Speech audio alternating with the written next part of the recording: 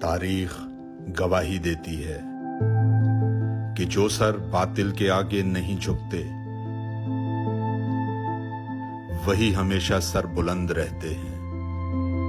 رائے حق کے لیے اگر ظالم کے سامنے کھڑے ہوتے ہوئے آپ کی جان بھی چلی جائے تو اس کی پرواہ نہیں ہونی چاہیے۔ آپ کو قربانی دینی چاہیے اپنی آزادی کے لیے، آزادی رائے کے لیے،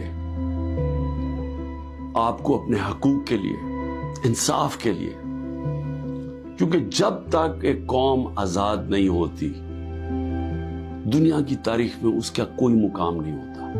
مولانا رومی کی ایک کہات ہے کہ جب اللہ نے آپ کو پر دیے تو کیوں چوٹیوں کی طرح زمین پہ رینگ رہے ہو؟